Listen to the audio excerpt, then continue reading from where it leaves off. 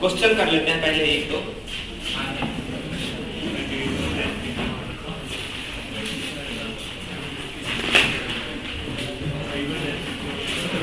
एक तरफ लिखते हैं हम स्टेट, राज्य, और दूसरी तरफ लिखते हैं हम सेंटर, कैपिटल।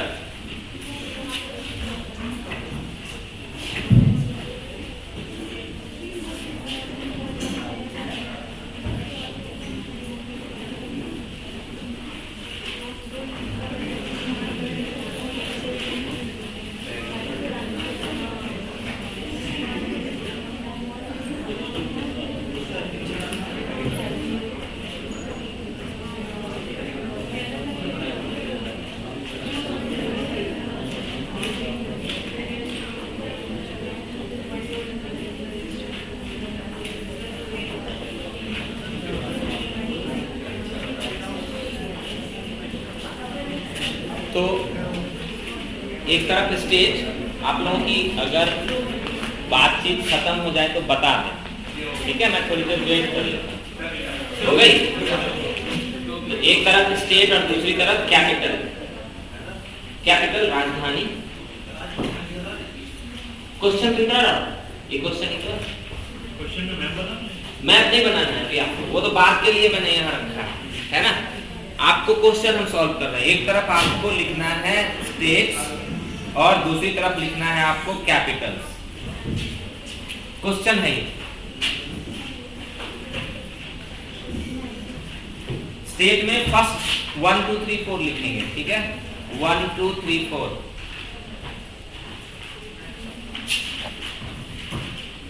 फर्स्ट लिखेंगे हम अंग, ANGA, अंग।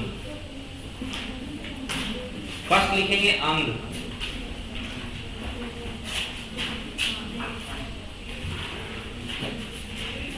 सेकंड लिखेंगे हम मगध, मगध। सेकंड हम लिखेंगे मगध। थर्ड हम लिखेंगे मल्ल, मल, मल, MALL, मल। एंड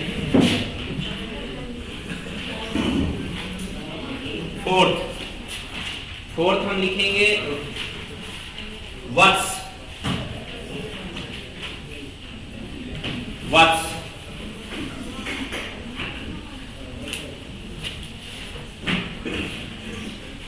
वत्स। अब हम इस तरफ लिखेंगे कैपिटल, राजधानी।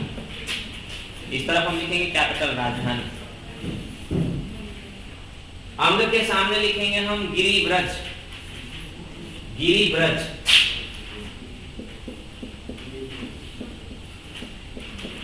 GIRIBRAJ, गिरिब्रज। अंग के सामने हम लिखेंगे गिरिब्रज, ब्रज, ब्रज। मगध के सामने हम लिखेंगे चंपा, मगध के सामने हम लिखेंगे चंपा। मल्ल के सामने हम लिखेंगे कुशीनगर, मल्ल के सामने हम लिखेंगे Kushinagar.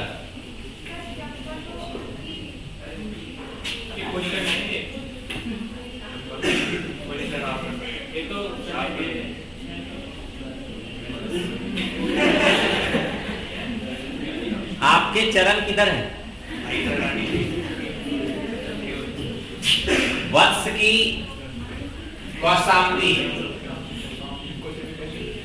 Kaushambi. Which of the following is oblique are correctly matched? निम्नलिखित में से कौन सही सुमेलित है? Which of the following is oblique are correctly matched? निम्नलिखित में से कौन सा ऑब्लिक से, कौन सा ऑब्लिक से सही सुमेलित हैं? सही सुमेलित हैं। A 1 2 3 and 4, A 1 2 3 and 4। B 2, 3 and 4,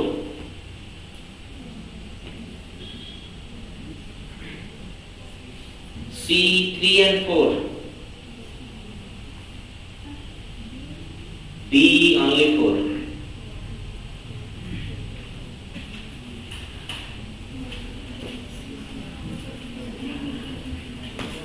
अपने पड़ोसियों की हेल्प नहीं लेनी है आपको, आपकी सरकार कभी भी गिर सकती है। हाँ जी, A 1, 2, 3 and 4, B 2, 3 and 4, C 3 and 4 and D only 4।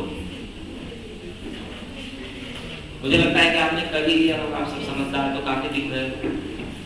वैसे आज आपका कॉन्फिडेंस इस क्वेश्चन को देख के थोड़ा बढ़ा हुआ सा दिख रहा है ना? हाँ, नहीं तो आपको पता है कैसे शक्ल बनाते हो, आपको पता है ना? उस प्राणी का नाम लेना दोबारा जरूरी नहीं। ए में कोई है? ए, बी, सी, डी। ठीक है, कोई बात नहीं। अभी हम इसी टॉपिक को पढ़ने वाले हैं, है ना? तो किसकी क्या कैपिटल है वो हम समझ लेंगे। कैपिटल किसकी है, कौन सा वो राज्य है। नेक्स्ट दूसरा question, consider the following statements. निम्नलिखित कथनों पर विचार करें।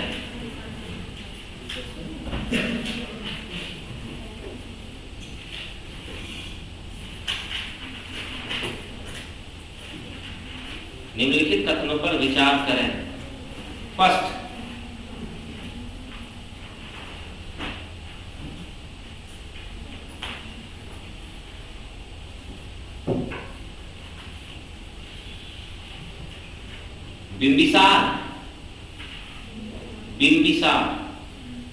Bimbisar was founder of Magad.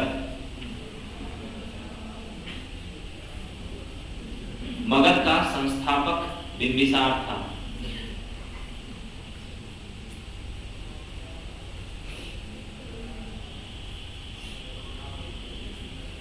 Second statement,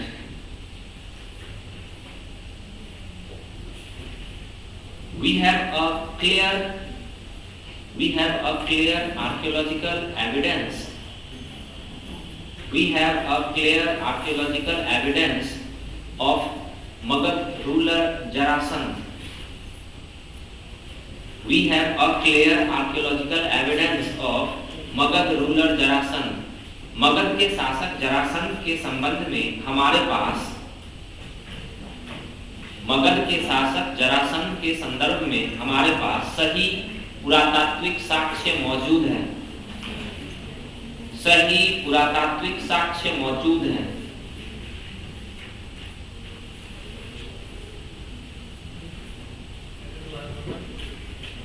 Magadh के शासक जरासंध के संबंध में हमारे पास सही पुरातात्विक साक्ष्य मौजूद है। Third statement,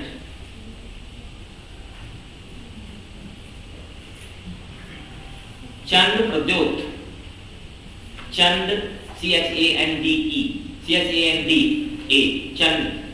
Chand Pradyot belongs to Avanti. Chandra Pradyot Avanti से संबंधित है।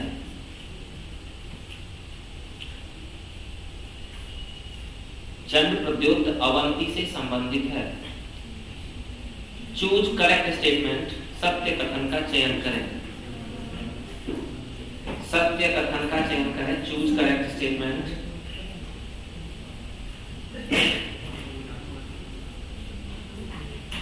वही लास्ट ऑप्शन, नहीं लास्ट वाला नहीं, A1 and 2, B2 and 3, C1 and 3 and D1, 2 and 3।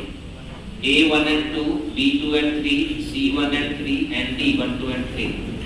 Chand Pradyot एक वर्ड है, एक नाम है, राजा का नाम। चंड प्रद्योत एक राजा का नाम। किंग चंड प्रद्योत आप लिख सकते हो, राजा Chand Pradyot.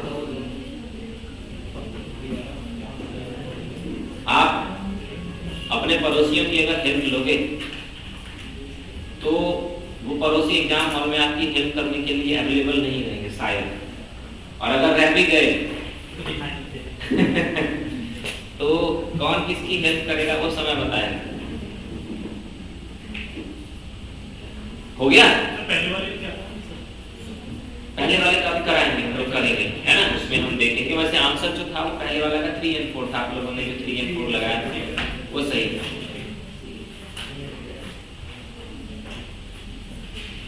A, B, C,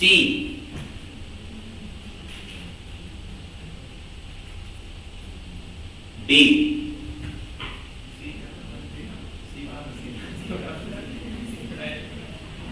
हाँ बताओ क्या क्या है तो?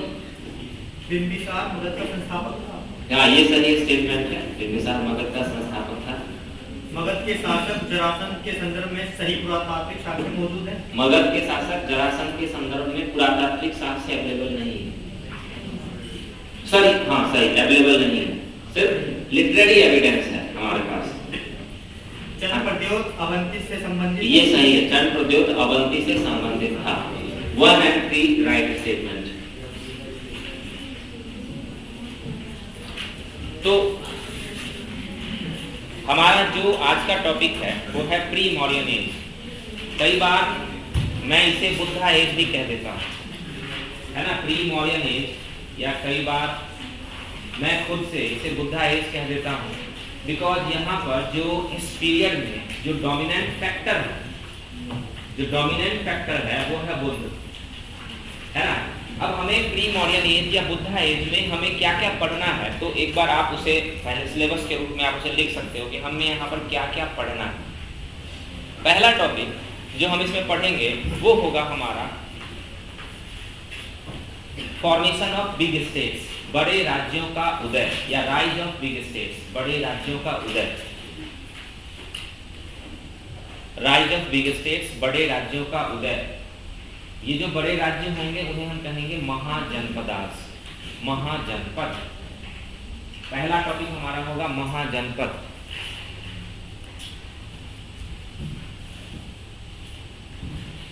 दूसरा टॉपिक जो होगा हमारा वो होगा rise of Magadh, rise of Magadh, Magadh का उदय, राइज ऑफ मगध, मगध का उदय।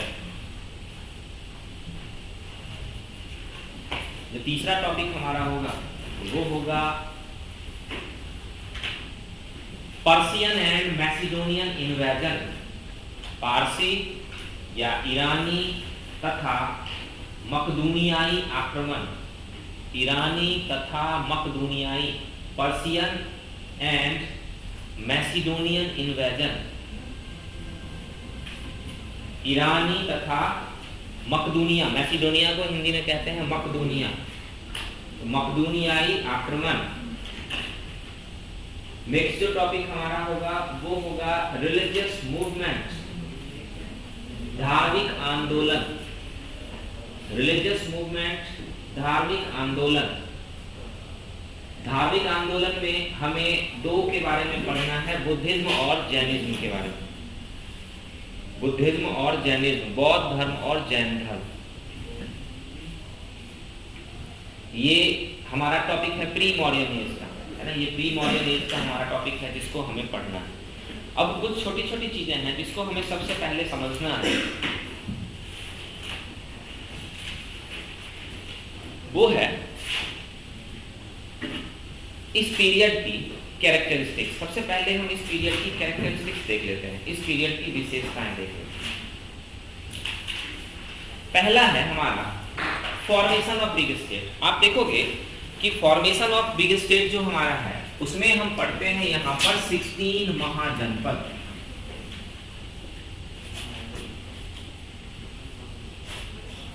पहले हम 16 महाजनपद को कर लेते हैं।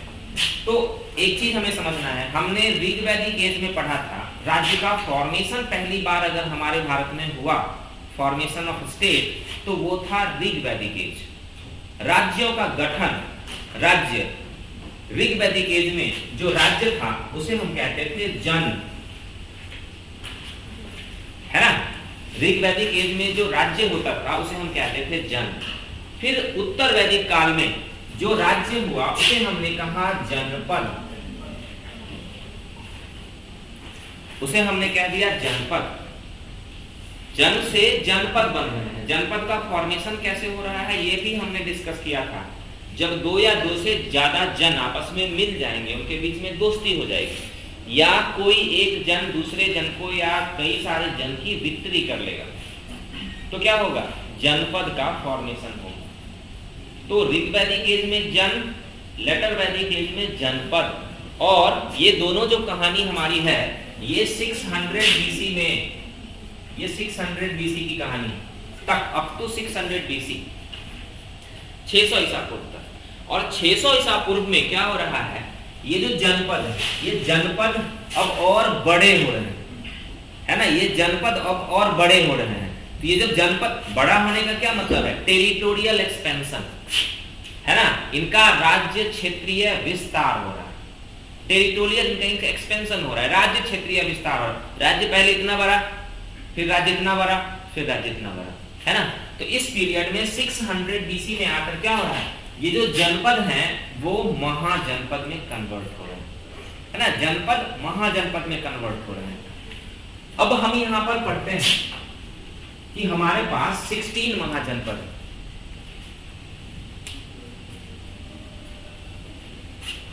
दो तीन चीजें जो यूपीएससी ने क्वेश्चन के रूप में पूछा है, उसे कॉन्सेप्ट के रूप में समझते हुए साथ साथ हम चलते हैं। इसमें से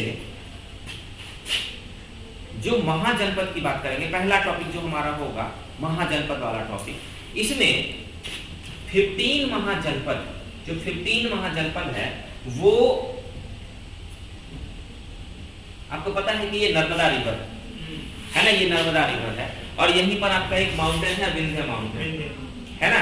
तो जिसमें से 15 महाजनपद है वो नॉर्थ इंडिया में है ना, 15 महाजनपद है जो नॉर्थ इंडिया में है।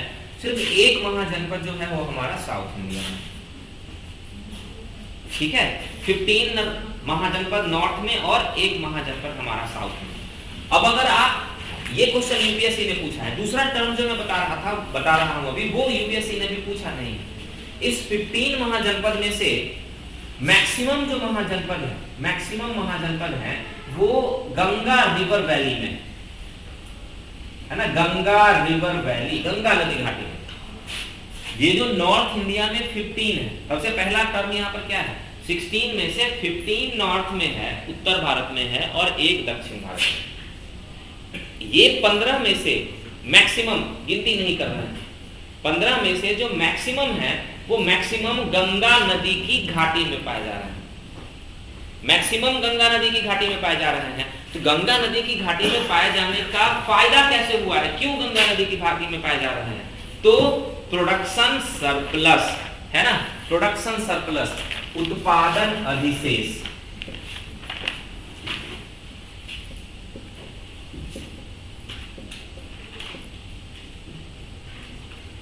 उत्पादन अधिशेष, इन सारे वर्ड को अभी हम डिस्कस करेंगे, पहले हम महाजनपद पढ़ लेते हैं।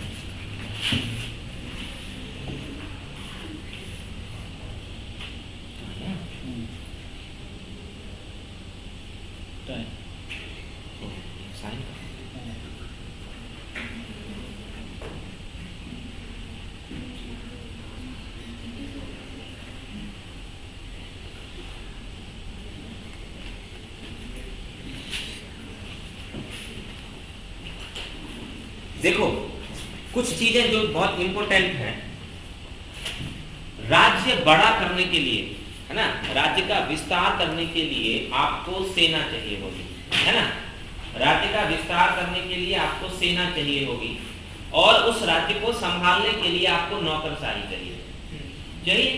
राज्य का विस्तार सेना, और उस राज्य को संभालने के लिए ब्यूरोक्रेसी, नौकरशाही, और इन दोनों को देने के लिए सैलरी, ठीक है, इन दोनों को देने के लिए सैलरी। उस समय पैसे छापने की मशीन नहीं होती थी प्रॉपर तरीके से,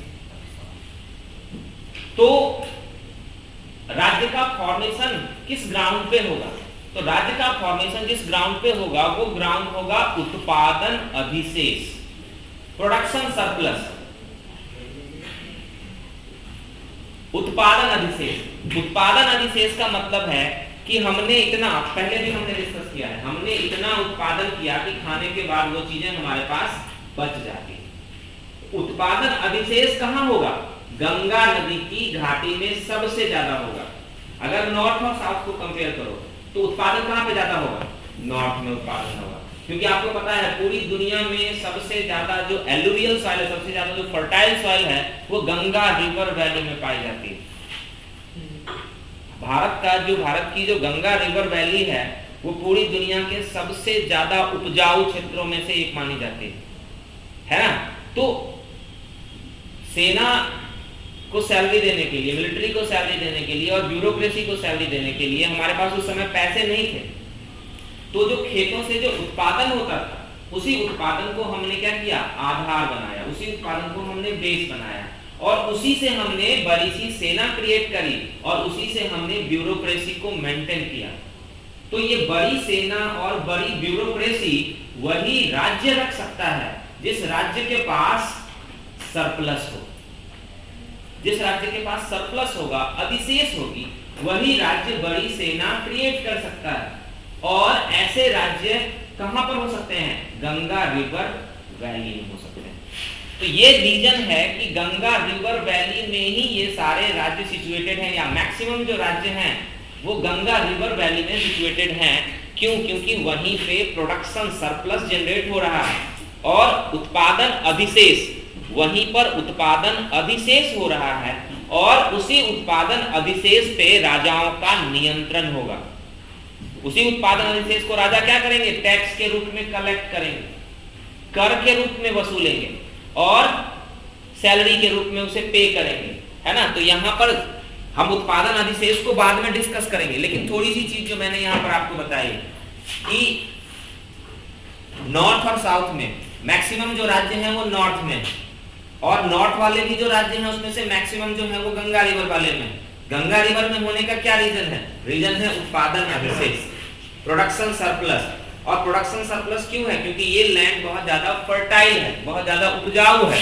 उपजाऊ है तो प्रोडक्शन बहुत ज्यादा होता है, उत्पादन बहुत ज्यादा होता है, खाने के बाद बच जाता है। जो खाने के बाद बच गया उसे राज्य ने टैक्स के रूप में कलेक्ट कर लिया और उसी कलेक्शन से बड़ी सी सेना और ब्यूरोक्रेसी को उन्होंने मेंटेन किया। तो ये रीजन है कि मैक्सिमम जो है हमारे स्टेट्स वो गंगा रिवर वैली में सिचुएटेड है। ठीक है, क्लियर है आपका? अब हम एक बार सारे स्टेट्स को देख लेते हैं, इसीलिए मैंने ये मैप बनवाया है कि एक बार आपको पता भी है। इसमें आपने से बहुत सारे स्टूडेंट ऐसे होंगे जिन्होंने पढ़ा भी होगा इसे।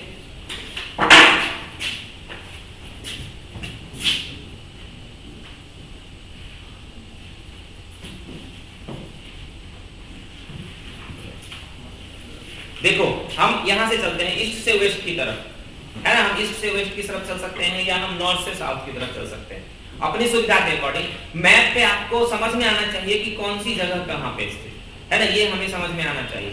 तो देखो, ये हमारा बिहार और बंगाल वाला रीजन है ना। तो जो लोअर बिहार है हमारा, निचला जो बिहार है, वहां पर हमारा है, मैं नंबर यहाँ पर डाल देता हूँ, यहाँ पर हमारा है ए, है ना। इसे हम कहते हैं अंग, लोअर बिहार है ना, लोअर बिहार अंग। और अंग की कैपिटल आपको पता ही है, कहाँ है? चंपा। चंपा, अंग की कैपिटल चंपा, चंपा ही है ना, पक्का? चंपा ही, ठीक। अंग से थोड़ा सा ऊपर चले जाओ, अंग से थोड़ा सा ऊपर, यहां पर है हमारा मगध, यहां पर है हमारा मगध। मगध की कैपिटल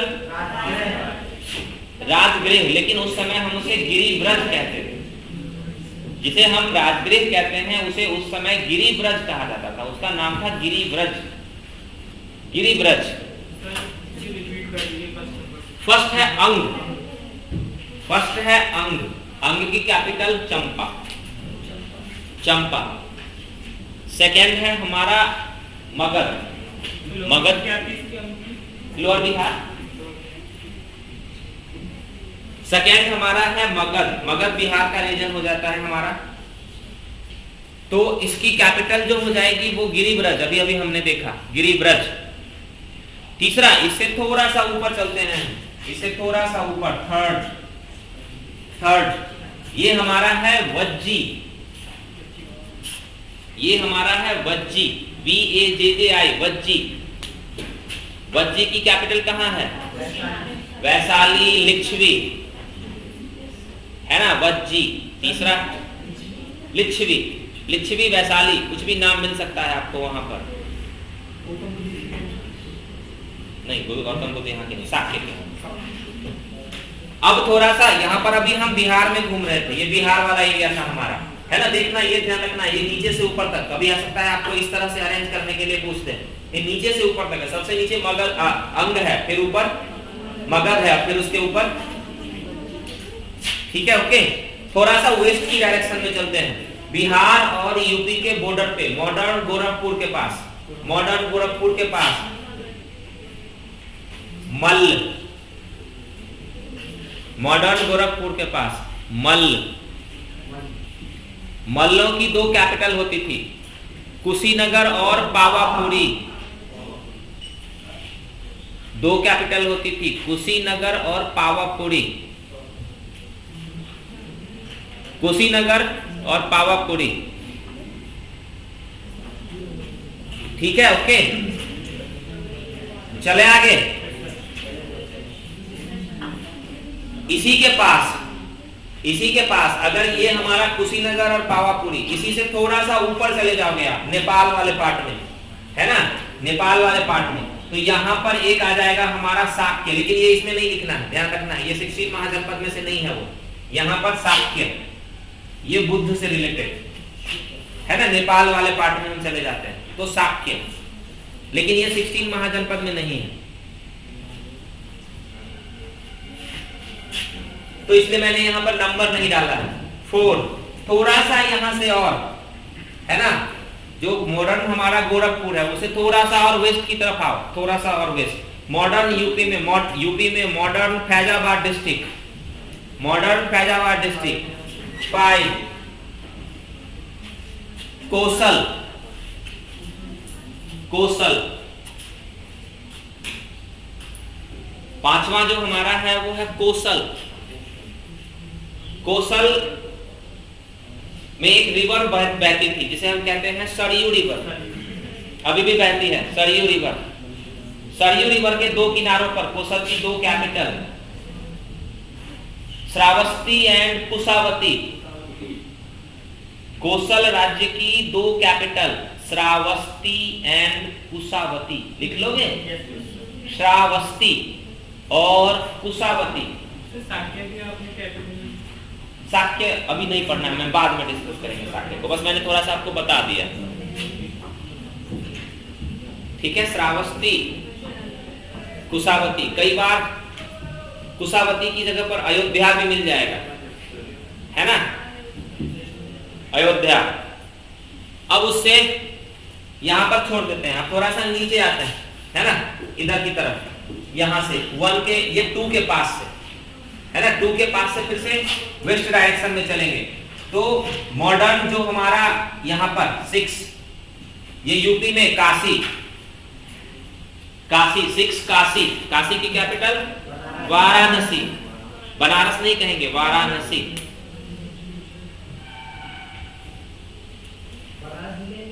नहीं, वाराणसी कहते हैं, बनारस थोड़ा सा वो बिगड़ेल सा रूप हो जाता है ना। यहां पर थोड़ा सा इससे और वेस्ट डायरेक्शन में चलेंगे, वेस्ट और ऊपर की तरफ, है ना, तो यहां पर हमारा आ जाएगा 7, कौन सा, वत्स, वत्स, वत्स की कैपिटल कौशाम्बी,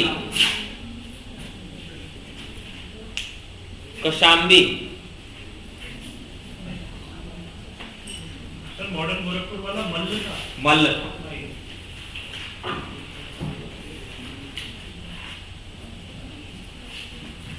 अब देखो, ये थोड़ा सा इधर एक रिवर बना लेते हैं हम, यहाँ कौन सी रिवर, गोदावरी, है ना, गोदावरी। गोदावरी नदी के किनारे साउथ में पाया जाने वाला एकमात्र असमक, असमक, ASHMAK, असमक। असमक की कैपिटल पोतना, एक पूतना भी थी, ध्यान रखना है।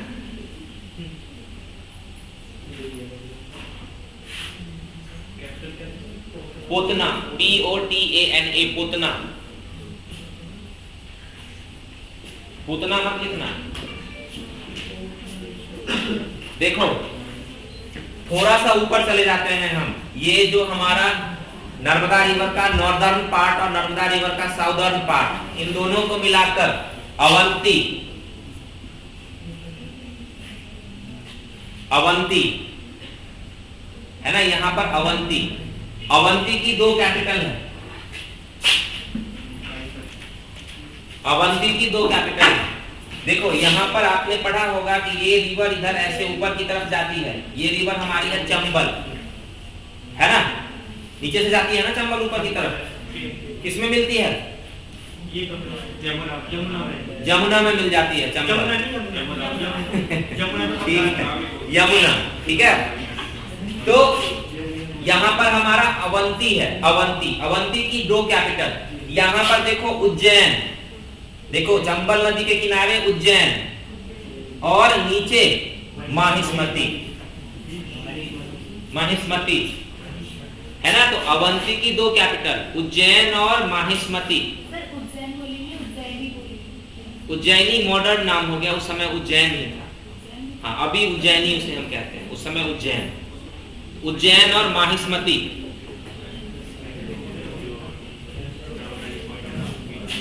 ठीक है, ओके। अब देखो यहां पर आते हैं, मैं कई बार भूल जाता हूं, जो जो याद आता है उसके अकॉर्डिंग अरेंज करता हूं। यहां पर देखो, यहां पर हमारा है गांधार, मॉडर्न पाकिस्तान में पेशावर के पास है ना गांधार। गांधार की कैपिटल तक्षशिला, गांधार की कैपिटल तक्षशिला। अफगानिस्तान में कांधार हो जाएगा, कांधार, ये है गांधार, है ना, थोड़ा सा डिफरेंस है ना कांधार और गांधार। ये modern Peshawar, north western part Pakistan में, पाकिस्तान में पेशावर के पास, मॉडर्न पेशावर के पास ये हमारा गांधार। अब थोड़ा सा हम यहां पर देखो, ये गांधार की कैपिटल तक्षशिला आपने देख लिया। गांधार के बाद इसी के पास एक और है जिसे हम कहते हैं काम्बोज, है ना।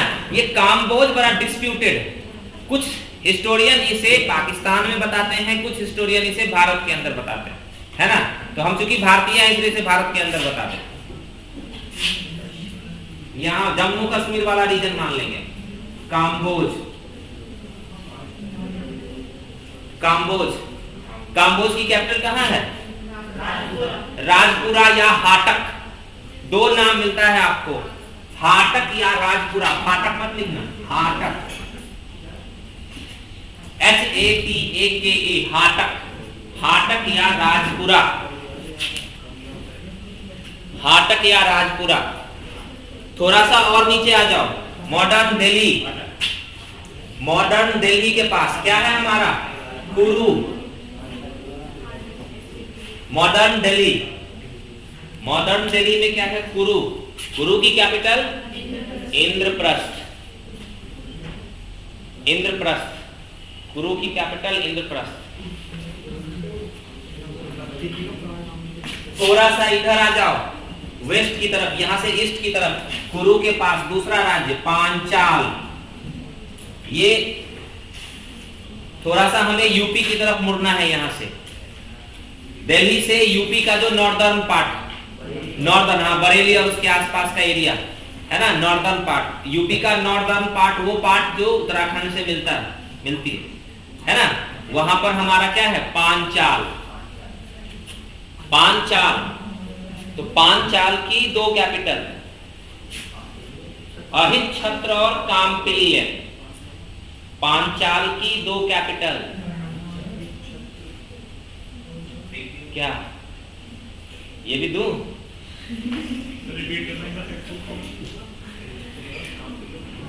पांचाल, पांचाल का रीजन नॉर्दर्न यूपी,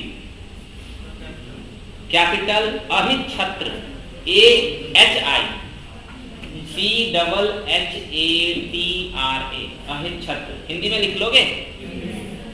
शर्माना मत,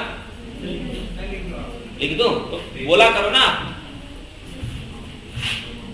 अहित छत्र और कामप्रिय। अहित छत्र और कामप्रिय, ये दो कैपिटल है हमारी पांचाल की।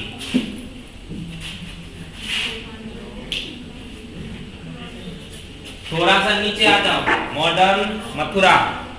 मॉडर्न मथुरा क्या है? सूरसेन। सूरसेन महाजनपद का नाम क्या है मॉडर्न मथुरा के पास? यहाँ पर सूरसेन। सूरसेन की कैपिटल मथुरा।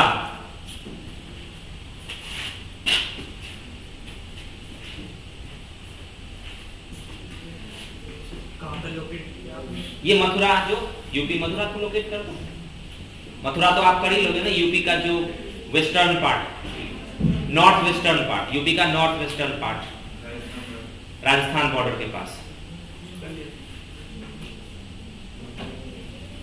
एक कितने हुए? 14 हुए। एक जयपुर के पास है कोई, क्या नाम है उसका? मत्स्य।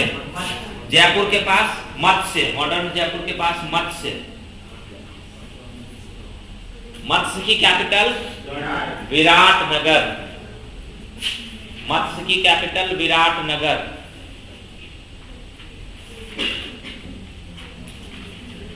और एक लास्ट बचता है हमारा यूपी और एमपी का बॉर्डर, चेदी। यूपी और एमपी का बॉर्डर चेदी, CHEDI, चेदी। चेदी की कैपिटल सोथीवती।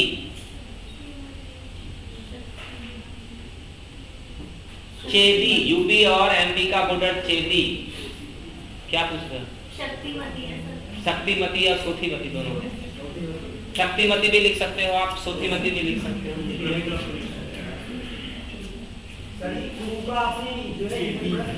इंद्रप्रस्थ, हाँ हस्तिनापुर भी आ जाता है। इंद्रप्रस्थ और हस्तिनापुर दोनों नाम आप यूज कर सकते हैं, है ना, दोनों नाम आ सकता है हमारा। ठीक है, हो गए 16। याद कर लिया आपने? सोथीवती या शक्तिवती? सोथी है, SOTHI। बहुत इजी है, बहुत इजी तो नहीं है, लेकिन फिर भी मुझे लगता है आप में से बहुत सारे स्टूडेंट ऐसे हैं जिनको ये चीजें याद ही होंगी, है ना। कुछ छोटी छोटी चीजें हैं इनसे रिलेटेड, ये जो अभी हमने ये राज्यों के बारे में जो हमने लिखा है, इनसे रिलेटेड कुछ छोटी छोटी चीजें हैं जो एक बार फिर से हमें देखना है। देखो, कुछ इन राज्यों में कुछ इंपोर्टेंट पर्सन के बारे में हमें थोड़ा सा जानना है। मगध को हम बाद में पढ़ेंगे। ये हमारा 16 महाजनपद, 16 महाजनपद में सबसे पहला हमने किया था अंग, है ना। ध्यान रखना है कि इस पीरियड में कई बार कुछ अलग तरीके के क्वेश्चन आ जाते हैं। जैसे 4-5 राजाओं का नाम आपको दे देंगे और बोल देंगे कि इनमें से कौन से कंटेम्पररी है, समकालीन है ना। तो कुछ ऐसे जो एक ही पीरियड में ऐसे जो रूलर्स हुए हैं उनके बारे में जानना थोड़ा बहुत कई बार हमारे लिए बहुत इंपॉर्टेंट हो जाता है। तो जो हमारा अंग है, अंग का जो रूलर है, जो एक साथ जो कंटेम्पररी हम रूलर्स की बात कर लेंगे, उनका नाम होगा ब्रह्मदत्त, है ना। जो अंग के रूलर होंगे उनका नाम होगा ब्रह्मदत्त।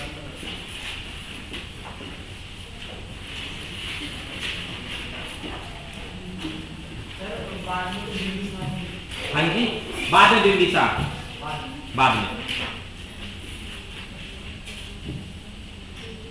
जो कुछ छोटी बात हम मगध के बारे में तो हम पढ़ेंगे, जिनके बारे में हम नहीं पढ़ेंगे ब्रॉडली, उनके बारे में सिर्फ यहाँ पर हम देख लेंगे, उसी जगह पर आप लिख सकते हो। अब हम यहाँ पर आ जाते हैं, हमें चलना है यहाँ से कोसल, है ना। कोसल के जो राजा होंगे उनका नाम होगा प्रसेनजित। ये सब कंटेम्पररी होंगे, समकालीन होंगे, ये सब बुद्ध के समकालीन हो जाएंगे। प्रसेनजित, प्रसेनजित लिख लोगे आप?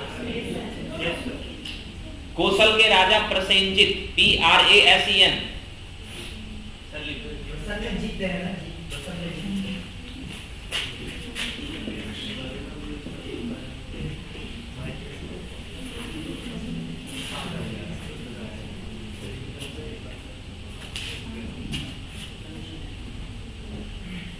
इसके अलावा जो यहाँ पर अवंती के राजा होंगे उनका नाम अभी अभी हमने डिस्कस किया है, चंड प्रद्योत। चंड प्रद्योत ये सब कंटेम्पररी है, चंड प्रद्योत।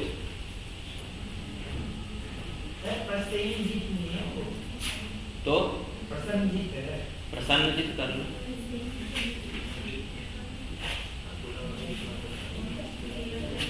जो गांधार हमारा है, गांधार के जो राजा हैं उनका नाम हो जाएगा पुष्कर सारिन। Pushkar PUSHKAR, Pushkar Sareen SARIN।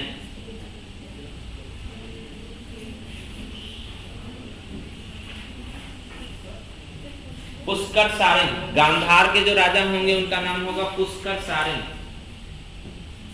और जो वत्स के राजा होंगे, वत्स के जो राजा होंगे उनका नाम होगा उदयन। जो वत्स के राजा होंगे उनका नाम होगा उदयन। ये सब कंटेम्पररी हो जाएंगे, समकालीन हो जाएंगे। मैं फिर से एक बार बोल देता हूं, वत्स के जो राजा होंगे उनका नाम होगा उदयन। एक उदयन मगध में भी होंगे, ध्यान रखना है, एक उदयन मगध में भी होंगे, एक उदयन वत्स के भी राजा। तो वत्स के राजा उदयन, अवंती के राजा चंड प्रद्योत। अवंती के राजा चंड प्रद्योत। राजा तो कई सारे होंगे लेकिन कुछ ऐसे होंगे जो बहुत फेमस होंगे। अवंती के राजा चंड प्रद्योत, गांधार के राजा पुष्कर सारिन SARIN, पुष्कर सारिन गांधार के राजा। कौशल के राजा प्रसेनजित या प्रसन्नजित, जो भी आप कर सकते हो, प्रसन्नजित।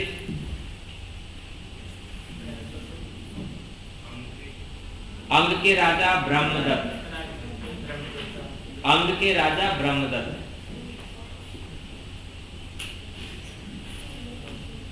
एक दो चीजें और भी हैं जो हमें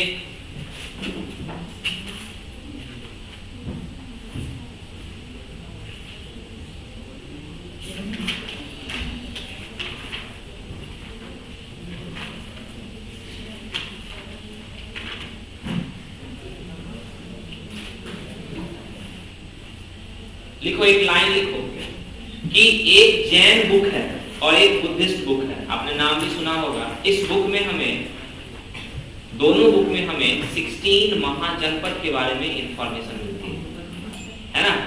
तो जो जैन लिटरेचर है उसका नाम है भगवती सूत्र। जैन लिटरेचर, जैन पुस्तक भगवती सूत्र, लिख लोगे भगवती सूत्र। एंड बुद्धिस्ट लिटरेचर अंगुत्तर निकाय, बुद्धिस्ट लिटरेचर अंगुत्तर निकाय।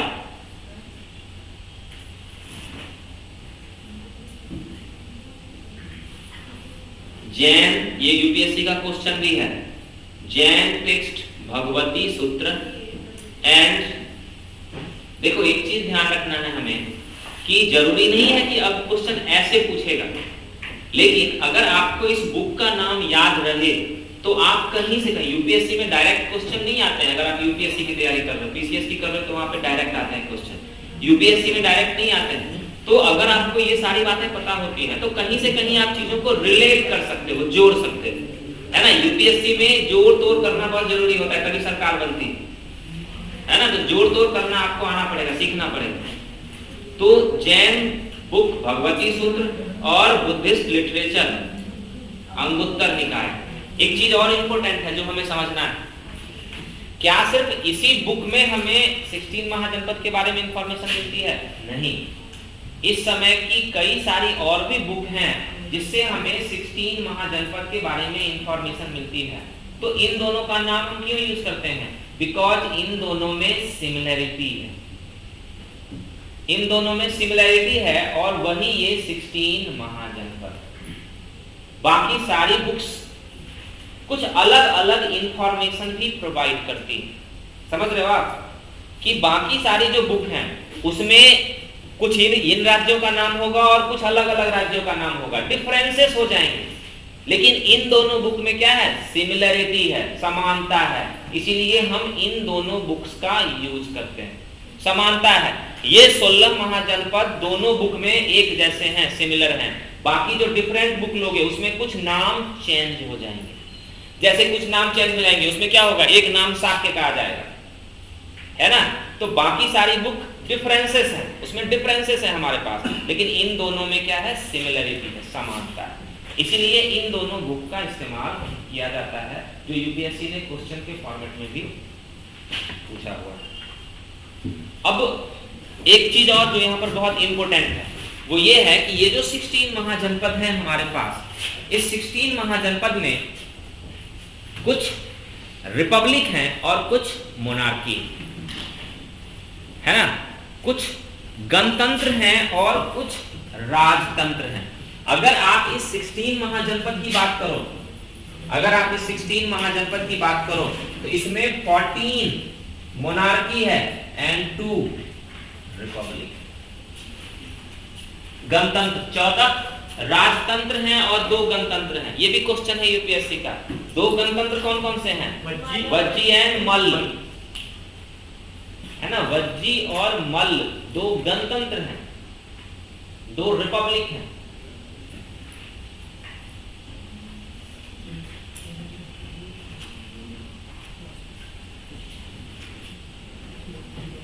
तो फिर से एक क्वेश्चन बनता है कि इस पीरियड में मैक्सिमम मोनार्की सिस्टम क्यों है, राजतंत्र में ज्यादा यकीन क्यों करते हैं।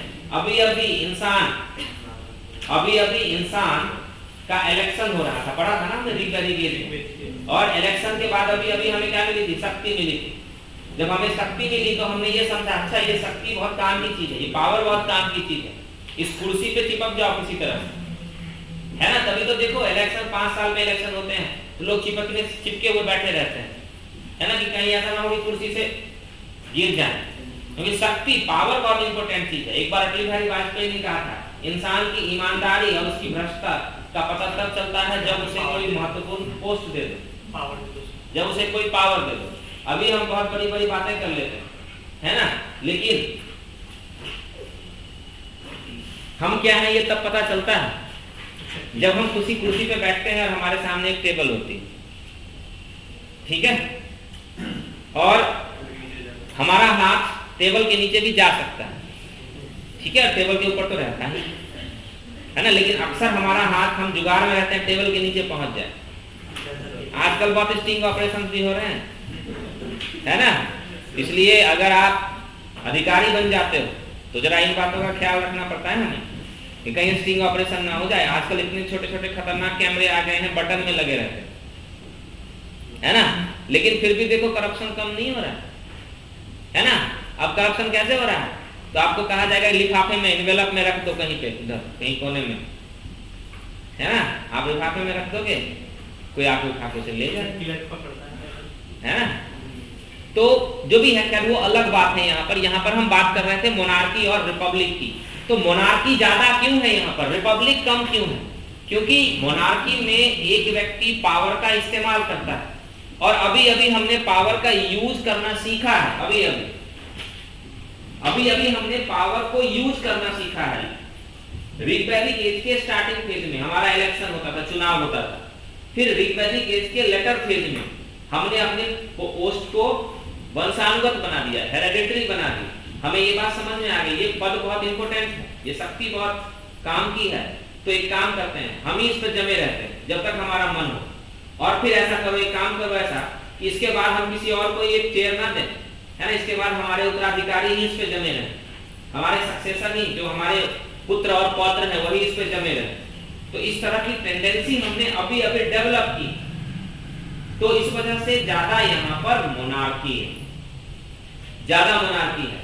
लेकिन कुछ लोग ऐसे भी हैं जो इस सिस्टम में बिलीव नहीं करते हैं, जो इस सिस्टम में बिलीव नहीं करते हैं, तो उन्होंने मोनार्की को एक्सेप्ट नहीं किया, उन्होंने एक दूसरा सिस्टम डेवलप किया, रिपब्लिक।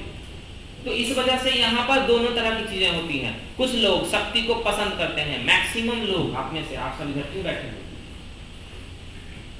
शक्ति को पसंद करने वाले, पावर को पसंद करना है।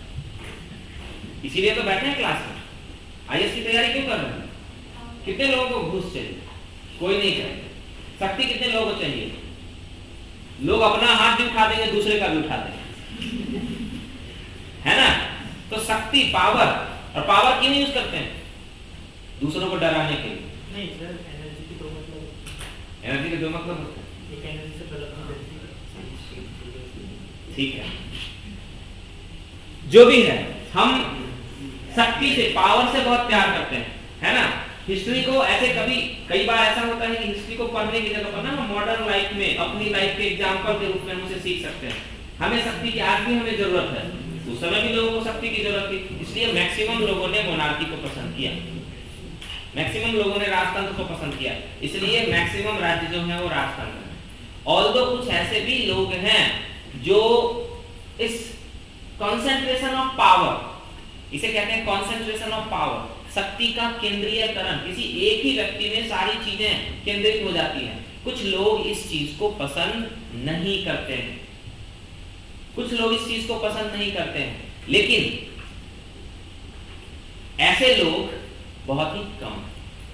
वैसे लोग कम हैं तो कहां हैं? तो आप ध्यान रखोगे इस पीरियड में जो मोनार्की है वो गंगा यमुना वैली में है, लेकिन जो रिपब्लिक है वो कहां पे हो जाएगा? नेपाल का फुथिल्स वाला एरिया हो जाएगा, नेपाल की तराई। आप देखोगे, देख लो यहां पर, है ना? ये वज्जी और मल्ल कहां पे पाए जा रहे हैं? नेपाल के फुथिल्स में पाए जा रहे हैं, नेपाल की तराई में पाए जा रहे हैं। और कुछ रिपब्लिक ऐसे हैं जो वेस्टर्न पार्ट में पाए जा रहे हैं, जैसे मॉडर्न पंजाब, हरियाणा और राजस्थान। ये सब बहुत कॉन्सेप्ट इंपोर्टेंट है, ये सबसे क्वेश्चन आए हुए हैं एग्जाम में और आगे भी आएंगे।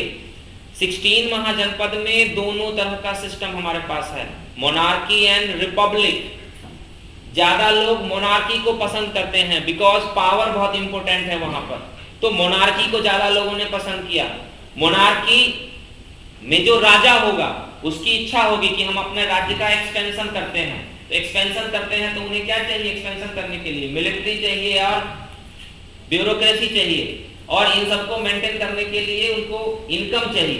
तो ये सारे जो राज्य होंगे वो गंगा यमुना वैली में होंगे, जहां पर उनके पास इनकम ज्यादा होगी, आय ज्यादा होगी। जबकि दूसरी तरफ रिपब्लिक्स जो होंगे, वो रिपब्लिक, इन लोगों को क्या है? इन लोगों को एक्सपेंशन नहीं करना है, विस्तार नहीं करना है, ये लोग बस शांति से काम करना चाहते हैं। तो वो कहां चले जाएंगे? वहां पर जहां पर लड़ाई झगड़े ना हो, या गंगा यमुना वैली से दूर चले जाएंगे, दूर वाले पार्ट में चले जाएंगे। तो वो कहां पहुंच जाएंगे? वो नेपाल के फुथिल्स में पहुंच जाएंगे, नेपाल की तराई में पहुंच जाएंगे। और कहां है वो पंजाब और मॉडर्न हरियाणा और राजस्थान में पाए जाएंगे, उधर चले जाएंगे, है ना? ये जो रिपब्लिक होंगे, ये सब के सब, मैं बता रहा हूं, ये सारे के सारे क्वेश्चन के फॉर्मेट में है, यूपीएससी के क्वेश्चन के फॉर्मेट में, या इसमें से कुछ नहीं भी है, जो कॉन्सेप्ट है वो बता रहा हूं मैं यहां पर। अब ये जो एक क्वेश्चन यूपीएससी ने पूछा था कि मोनार्की के सामने रिपब्लिक सस्टेन नहीं कर पाए, है ना? मोनार्की के सामने रिपब्लिक सस्टेन लंबे समय तक नहीं चल पाए। क्यों? क्योंकि जो रिपब्लिक है उसका इकोनॉमिक बेस बहुत वीक है। मोनार्की के सामने रिपब्लिक ज्यादा समय तक नहीं चल पाए। क्यों नहीं चल पाए? आप देखोगे, आगे हम देखेंगे मगध ने विक्ट्री कर ली, वज्जी की विक्ट्री कर ली, हम आगे देखेंगे कोसल ने मल्ल की विक्ट्री कर ली, है ना? तो ये जो रिपब्लिक्स होंगे वो रिपब्लिक्स मोनार्की के सामने लंबे समय तक टिक नहीं पाएंगे। क्यों नहीं टिक पाएंगे? क्योंकि देखो इनकी लोकेशन देखो, गंगा यमुना वैली की जगह पर ये क्या है? फुथिल्स वाले पार्ट में है, वहां पर क्या है? इनके पास इनकम के सोर्स नहीं है। उसी तरह से आप पंजाब, भले आज पंजाब बहुत रिच है, लेकिन उस समय पंजाब उतना रिच नहीं था, वहां की लैंड उतनी फर्टाइल नहीं थी। लोअर पंजाब, हरियाणा और राजस्थान वाला एरिया, वहां पर क्या है? इकोनॉमिक बेस बहुत वीक है, आर्थिक आधार बहुत कमजोर है। जब आर्थिक आधार कमजोर होगा तो वो क्या करेंगे? ना सेना बना पाएंगे और ना ब्यूरोक्रेसी रख पाएंगे। तो क्या होगा? वो मोनार्की के सामने उनका डिक्लाइन हो जाएगा, मोनार्की के सामने उनका पतन हो जाएगा। ये कई सारे पॉइंट्स हैं जो बहुत इंपॉर्टेंट है ना? ये जो कई सारे पॉइंट्स हैं जिनसे मैं कई बार, अभी मैं आप लोगों को अगर मैं देख रहा हूं बहुत सारे बच्चे सिर्फ सुन रहे हैं, लिख नहीं रहे हैं, तो मैं ये सोचता हूं आप फिर लाओगे कहां से? ये जो कहानी इतनी लंबी मैंने सुनाई, कुछ बच्चों ने लिखा, लेकिन इतनी लंबी कहानी जो मैंने सुनाई, इसको पढ़ने में आपको बरसों लग जाएंगे। लाओगे किधर से? आप लिख नहीं रहे हो कुछ भी, बस कैसे होगा? हैं? अब रिपीट।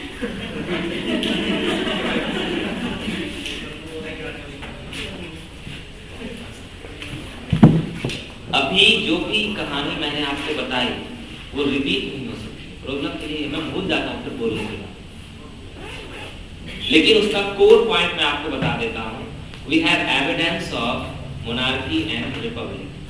हमारे पास मोनार्की और रिपब्लिक दोनों के साक्ष्य मौजूद है, बट मोनार्की ज्यादा है। क्यों ज्यादा है? यही कहानी मैंने आपको बताई। मोनार्की क्यों ज्यादा है? क्योंकि पीपल्स लाइक पावर। जो लोग हैं वो शक्ति को पसंद करते हैं, but some peoples want decentralisation. कि कुछ लोग विकेंद्रीकरण को भी पसंद करते हैं। विकेंद्रीकरण तो दो पार्ट में हमारे पास सिस्टम है। एक मोनार्की जहां पर एक ही व्यक्ति के पास शक्ति का केंद्रीकरण होता है, कंसंट्रेशन ऑफ पावर, और दूसरा है हमारा रिपब्लिक। रिपब्लिक की बात करते हैं। रिपब्लिक आजकल के रिपब्लिक की तरह नहीं है। रिपब्लिक उस समय डिफरेंट था। रिपब्लिक का मतलब क्या था? कुछ राजा मिलकर रूल करते थे या कुछ लोग मिलकर रूल करते थे, उसे हम कहते थे रिपब्लिक। रिपब्लिक से मॉडर्न रिपब्लिक को कंपेयर नहीं करेंगे। कुछ लोग मिलकर रूल करते थे, उसे हम कहते थे रिपब्लिक। तो क्या है, देखो यहाँ पर मोनार्की में क्या है? पावर का कंसंट्रेशन एक व्यक्ति में है, पावर का केंद्रीयकरण एक व्यक्ति में है। रिपब्लिक में क्या है? डिसेंट्रलाइजेशन। एक व्यक्ति में कंसंट्रेशन नहीं है, कई सारे पीपल यूनाइट होकर मिलकर ग्रुप में रूल करते हैं। दूसरी चीज, नेक्स्ट जो इंपॉर्टेंट चीज है वो ये है कि जो रिपब्लिक्स है वो उनका ज्योग्राफिकल लोकेशन उनकी क्या है? उनकी ज्योग्राफिकल लोकेशन है नेपाल का फुटहिल्स और राजस्थान, पंजाब एंड हरियाणा। इनकी लोकेशन मतलब ऐसे है कि एक व्यक्ति पावर एक्वायर कर रहा है ना, दूसरा व्यक्ति उसे पसंद नहीं कर रहा है कि नहीं ये चीज सही नहीं है। तो जो पावर एक्वायर कर रहा है उसने बहुत सारी पावर शक्ति ले ली है, तो ये बहुत पावरफुल हो चुका है। तो जो व्यक्ति उसे पसंद नहीं करता है वो सोचेगा अगर इसको जाएंगे कुछ कहने के लिए पीट देगा, तो वो क्या करेगा? सेफ जगह पे चला जाएगा। तो सेफ जगह पे कहां चले जाएंगे? तो जहां पर ये लोग जाना नहीं चाहते हैं। तो नेपाल का फुटहिल्स वाला एरिया, मैक्सिमम रिपब्लिक का कंसंट्रेशन, नेपाल की तराई एंड राजस्थान, पंजाब, हरियाणा रीजन। अब ये सारे जो रिपब्लिक हैं ये इस जगह पर इनकी जो ज्योग्राफिकल लोकेशन है वहां पर सरप्लस की कंडीशन नहीं है। नो कंडीशन ऑफ सरप्लस, यहां पर अधिशेष की स्थिति नहीं है। नहीं, आप रिपब्लिक की बात नहीं करेंगे, हम करेंगे कि जो भी कंसंट्रेशन रिपब्लिक का नेपाल वाले पार्ट में हुआ है उनकी ज्योग्राफिकल लोकेशन के हिसाब से हम बात कर रहे हैं। नेपाल की तराई में उतना उत्पादन नहीं होता है जितना गंगा यमुना वैली में होता है। तो ये जो रिपब्लिक हैं इनका जहां पर कंसंट्रेशन है, जहां पर ये रहते हैं, जहां पर इनकी लोकेशन है, वहां पर उत्पादन ज्यादा नहीं होता। उत्पादन नहीं होने की वजह से, प्रोडक्शन कम होने की वजह से सरप्लस नहीं है, अधिशेष नहीं है। इस वजह से इनका आर्थिक आधार, इकोनॉमिक बेस वीक है ना। लोकेशन के हिसाब से, ज्योग्राफिकल लोकेशन के हिसाब से प्रोडक्शन ज्यादा नहीं, कम प्रोडक्शन है, उत्पादन कम है। कम उत्पादन की वजह से सरप्लस नहीं है, अधिशेष नहीं है, सरप्लस नहीं है। और सरप्लस नहीं होने की वजह से इनका बेस, इकोनॉमिक बेस, आर्थिक आधार वीक है। और यही रीजन है कि ये लॉन्ग टर्म तक सस्टेन नहीं कर पाए मोनार्की के सामने। मोनार्की सक्सेसफुल हुई, रिपब्लिक फेलियर हो गए। मोनार्की के सामने रिपब्लिक्स ने सरेंडर कर दिया, सरेंडर, है ना, रिपब्लिक्स सरेंडर्ड। जो रिपब्लिक थे उन्होंने राजतंत्र के सामने समर्पण कर दिया, क्योंकि सिंपल है, राजतंत्र बहुत पावरफुल है। पावरफुल क्यों है? क्योंकि उनका, अब सिंपल आज से देख लेते हैं, चाइना शक्तिशाली है भारत से ज्यादा, क्यों? रिच है। अमेरिका शक्तिशाली है बहुत ज्यादा, क्यों? रिच है बहुत ज्यादा, है ना। तो शक्ति के पीछे, शक्ति के जो बेस में है वो क्या है? इकोनॉमी। अगर कोई चीज पावरफुल है इसका मतलब है वो इकोनॉमिकली स्ट्रांग है, और इकोनॉमिकली स्ट्रांग उसे क्या बनाता है? प्रोडक्शन सरप्लस, उत्पादन अधिशेष। तो जहां पर उत्पादन अधिशेष होगा वो राज्य पावरफुल होंगे, जहां पर प्रोडक्शन सरप्लस नहीं होगी वो वीक होंगे। तो गंगा यमुना वैली वाले राज्य पावरफुल होंगे, और नेपाल के फुटहिल्स वाले राज्य या पंजाब और राजस्थान वाले राज्य वीक होंगे। जो वीक होगा वो सरेंडर कर देगा, इसलिए उनका डिक्लाइन हो जाएगा। ओके, ठीक है। तो ये हमारा पहला पार्ट था, जिसे हमने कहा 16 महाजनपद। उसकी डिफरेंट कंडीशन के बारे में हम लोगों ने छोटी छोटी चीजें, जो हर एक चीज आपके लिए, जो भी मैं कहानी यहाँ पर आपके सामने बोल रहा हूँ, वो सारी की सारी चीजें कहीं ना कहीं आपके लिए यूजफुल होंगी। कहीं पर भी, इधर यूपीएससी और पीसीएस, क्योंकि ये सारी चीजें कई बुक की सिनॉप्सिस है।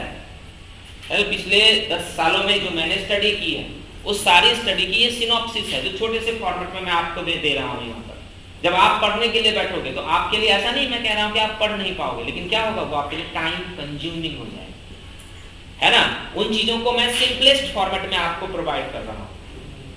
16 महाजनपद एंड सम कैरेक्टरिस्टिक्स, उसकी कुछ विशेषता है, ठीक है, क्लियर है पक्का?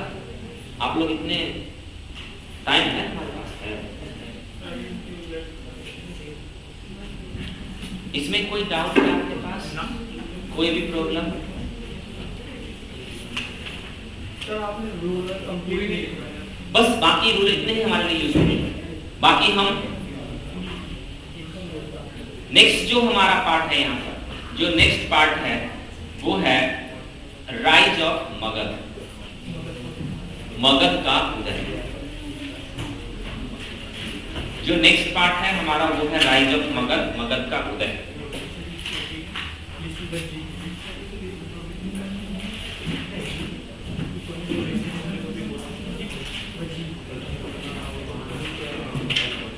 देखो, मगध की कहानी, मगध की कहानी के लिए हमारे पास दो तरह की एविडेंस है, लिटरेरी एविडेंस, लिखित साक्ष्य, और आर्कियोलॉजिकल एविडेंस।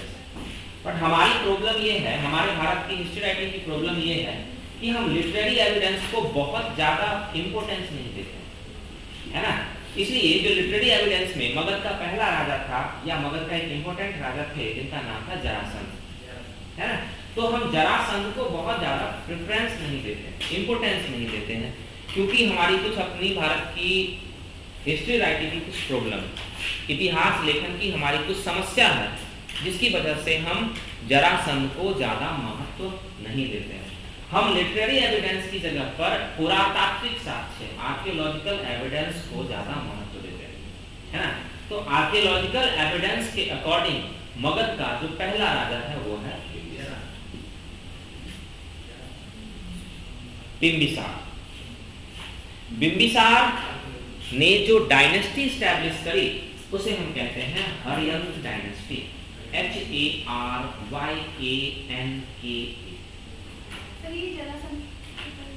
जरासंध का मैंने कहा था कि जरासंध का हमें नाम महाभारत में मिलता है, लेकिन महाभारत कितना सही है ये भारत में एक क्वेश्चन का सब्जेक्ट है ना, वहां पर हम क्वेश्चन उठाते हैं कि महाभारत के बारे में कितनी सच्चाई है और कितनी नहीं है। तो हम वहां पर क्या करते हैं, आर्कियोलॉजिकल एविडेंस को प्रेफरेंस देते हैं, पुरातात्विक साक्ष्य, और पुरातात्विक साक्ष्य के रूप में मगध की जो कहानी है वो बिंबिसार से स्टार्ट है ना, बिंबिसार। तो बिंबिसार को हम मगध का फाउंडर मानते हैं, और उसकी जो डायनेस्टी होगी उसे हम कहेंगे हर्यंक डायनेस्टी। हर्यंक ठीक है, हरियंक डायनेस्टी। अब देखो बिंबिसार के बारे में दो तीन चीजें इंपॉर्टेंट है ना, जिसे हम कहानी के रूप में पढ़ लेते हैं। कहानी के रूप में हम पढ़ लेंगे तो हमारा काम थोड़ा आसान हो जाएगा। देखो बिंबिसार चाहता है कि मैं अपने राज्य का एक्सपेंशन करूं, है ना, विस्तार करूं। तो विस्तार कई तरीके से होते हैं, है ना, विस्तार कई तरीके से होते हैं, जिसमें से बिंबिसार ने दो मेथड का इस्तेमाल किया। अगर वो राज्य बहुत कमजोर है तो अटैक करके जीत लो, है ना। अगर वो राज्य बहुत वीक है तो उसके ऊपर अटैक करो और उसको जीत लो। जैसे अंग का राजा ब्रह्मदत्त है, बिंबिसार ने उस राज्य के ऊपर अटैक किया और मर्ज, है ना। तो ये दो मेथड आपने एक्सपेंशन के बताए? दो मेथड एक्सपेंशन का। पहला है अगर वो वीक है डायरेक्ट अटैक करो, जीत लो। दूसरा मेथड जो इसने यूज किया वो था मैट्रिमोनियल अलायंस, वैवाहिक संबंध। वैवाहिक संबंध जैसे कोसल देश की प्रिंसेस और प्रसन्नजीत की सिस्टर कोसल देवी, कोसला या कोसल, कोसला या कोसल देवी से was married with बिंबिसार, है ना। प्रसन्नजीत की सिस्टर कोसल देश की प्रिंसेस कोसल देवी की शादी बिंबिसार से हुई एंड गिफ्ट के रूप में उन्हें काशी मिला। अब ध्यान रखना है, हमने काशी को 16 महाजनपद में पढ़ा, लेकिन ये जब कहानी बन रही है उस समय Kashi is a part of Kosal, है ना। काशी जो है वो कोसल का एक हिस्सा बन चुका है। कुछ बच्चों को मैं देख रहा हूँ काफी देर से मोबाइल फोन का इस्तेमाल करते हुए, है ना। आपको भी और पीछे भी कुछ है, तो आप ये काम ना करें, अच्छा नहीं लगता है क्लास में मोबाइल फोन का इस्तेमाल करना।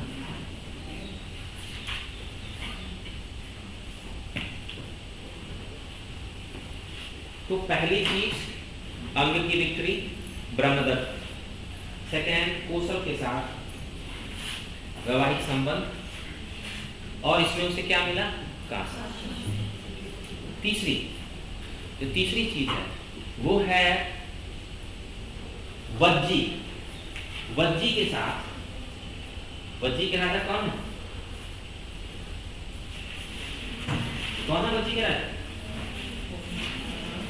वज्जी क्या है, एक रिपब्लिक। वज्जी के राजा, अभी रुको रुको रुको, चेटक, है ना। जो वज्जी है उस वज्जी एक, ध्यान रखना है, वज्जी एक रिपब्लिक है ना। वज्जी एक रिपब्लिक है, तो रिपब्लिक का मतलब है, यहाँ पर ध्यान रखना है, रिपब्लिक का मतलब है कई लोग मिलकर रूल कर रहे हैं। उन कई लोगों में से जो सबसे पावरफुल है उसका नाम है चेटक। चेटक एंड चेटक की एक डॉटर चेटक की डॉटर चेल्लना, चेटक की डॉटर चेल्लना की भी शादी बिंबिसार से हुई, जिसमें ध्यान रखना है ये सारे के सारे क्वेश्चन है यूपीएससी के। चेटक की डॉटर चेल्लना और प्रसेनजीत की सिस्टर, ध्यान रखना यहाँ पे सिस्टर है। एक बार यही क्वेश्चन इस तरह से स्टेटमेंट के रूप में आया था, अब बहुत सारे बच्चों ने गलत कर दिया। वो क्या करते हैं, डॉटर की जगह पे सिस्टर लिख देते हैं, सिस्टर की जगह पे डॉटर लिख देते हैं, है ना। तो इन चीजों को बस फोकस करना है थोड़ा बहुत। हमें यूपीएससी पता नहीं कभी किसी चीज को किसी फॉर्मेट में डाल के और फिर हमें गलत करवा देती है हमारे क्वेश्चन को। तो चेटक की डॉटर चेल्लना से शादी हुई बिंबिसार, जिसमें बिंबिसार को कोई भी एरिया नहीं मिला, कुछ भी गिफ्ट के रूप में नहीं मिला, लेकिन मिला क्या, जो वज्जी है वह एक प्रेस्टिजियस डायनेस्टी है ना। मान लो किसी दिन मान लो आप गलती से सेलेक्ट हो जाओ, खासकर मैं लड़कों की बात कर रहा हूँ, लड़कों की बात, गलती से मान लो आप सेलेक्ट हो जाओ, तो आपके घर में बड़े बड़े रिश्ते आएंगे। पता चला कि कोई रिश्ता किसी मंत्री के घर से आ गया, है ना, तो अभी से ख्वाब पकाना स्टार्ट करो, है ना। तो इससे क्या होती है, देखो इसमें एक एग्जांपल लिया है मैंने आपको समझाने के लिए। इसमें क्या होता है कि आप कुछ भी हो, आपकी बड़ी फैमिली से अगर कोई रिश्ता आता है तो आपकी क्या होती है, प्रतिष्ठा बढ़ जाती है ना, आपकी जो ग्लोरी है वो इंक्रीज कर जाती है। तो यहाँ पर क्या है, बिंबिसार की जो शादी वज्जी रिपब्लिक के साथ हुई है, तो वज्जी रिपब्लिक एक प्रेस्टिजियस डायनेस्टी है। इससे क्या हुआ, बिंबिसार की जो प्रतिष्ठा है, जो ग्लोरी है, वो इंक्रीज हो गई, बिंबिसार की प्रतिष्ठा बढ़ गई बहुत ज्यादा। तो ये दूसरी शादी। बिंबिसार की तीसरी शादी, एक छोटा सा राज्य है मद्र, एक छोटा सा राज्य है मद्र, मद्र देश की प्रिंसेस क्षेमा, KSHEMA या खेमा, क्षेमा या खेमा, मद्र देश की प्रिंसेस क्षेमा या खेमा, इनके साथ भी बिंबिसार की शादी हुई।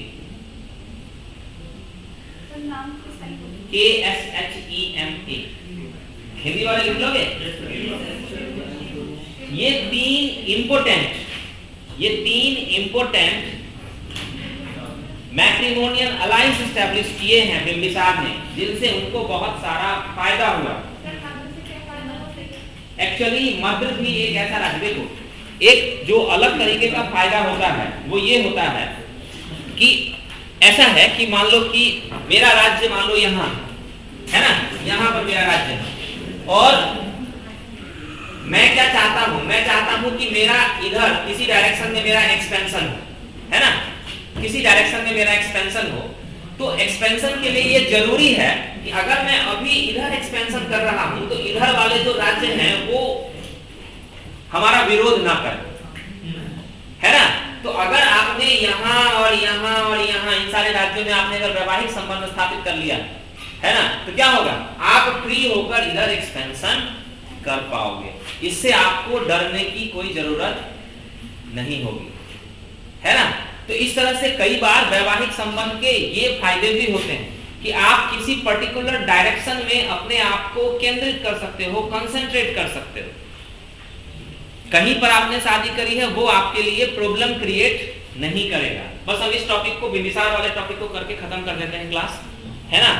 तो उसने क्या किया, उसने ये अलग अलग वैवाहिक संबंध स्थापित किए, ठीक है।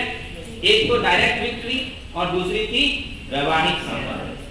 इसके बाद इसका जो एक बहुत बड़ा कंपटीटर है, बिंबिसार का एक बहुत बड़ा कंपटीटर है अवंती का किंग चंद्रप्रद्योत। अवंती का king चंद्रप्रद्योत was a big competitor। तो दोनों के बीच में एक वॉर हुई। वॉर का रीजन क्या था, सिर्फ और सिर्फ टेरिटोरियल एक्सपेंशन, राज्य क्षेत्रीय विस्तार।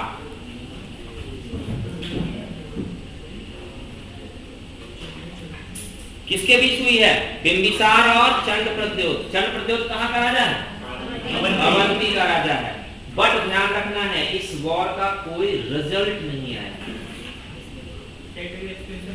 नहीं हुआ, किसी का टेरिटोरियल एक्सपेंशन नहीं हुआ, ना ही बिंबिसार की विक्ट्री हुई और ना ही चंद्रप्रद्योत की। ये लड़ाई, इस लड़ाई का कोई रिजल्ट नहीं आया, लेकिन टेरिटोरियल एक्सपेंशन, राज्य क्षेत्रीय विस्तार, इस लड़ाई का कोई रिजल्ट नहीं आया। लेकिन एक दिन अचानक क्या हुआ कि चंद्रप्रद्योत बहुत बीमार हो गए, है ना। और उस समय बिंबिसार की कोर्ट में एक इंपोर्टेंट डॉक्टर रहते थे, क्या नाम था? जीवक, है ना? तो बिंबिसार, चंद्रप्रद्योत ने रिक्वेस्ट किया, चंद्रप्रद्योत ने किससे रिक्वेस्ट किया? बिंबिसार से, कि आप अपने डॉक्टर को भेज दो। बिंबिसार ने अपने डॉक्टर को भेज दिया। इसके बाद दोनों क्या हो गए? फ्रेंड हो गए, है ना? तो ये सब छोटी छोटी चीजें हैं जो हमें ध्यान रखना है कि जीवक जो एक डॉक्टर थे, उन्होंने ट्रीटमेंट किया किसका? चंद्रप्रद्योत का। इसके बाद दोनों फ्रेंड हो गए, बिकेम फ्रेंड्स। एक और स्टोरी है बिंबिसार की, आपको याद होगा। गांधार का जो राजा है उसका नाम क्या है? गांधार का राजा पुष्कर सारन। तो बिंबिसार और पुष्कर सारन के बीच में भी फ्रेंडशिप थी। क्यों?